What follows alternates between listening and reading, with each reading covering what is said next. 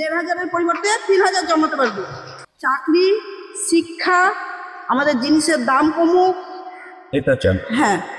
আচ্ছা, এবার তৃণমূলের পরিবর্তন না বিজেপির আগমন? বিজেপির আগমন। বিজেপির আগমন। বিজেপির আগমন।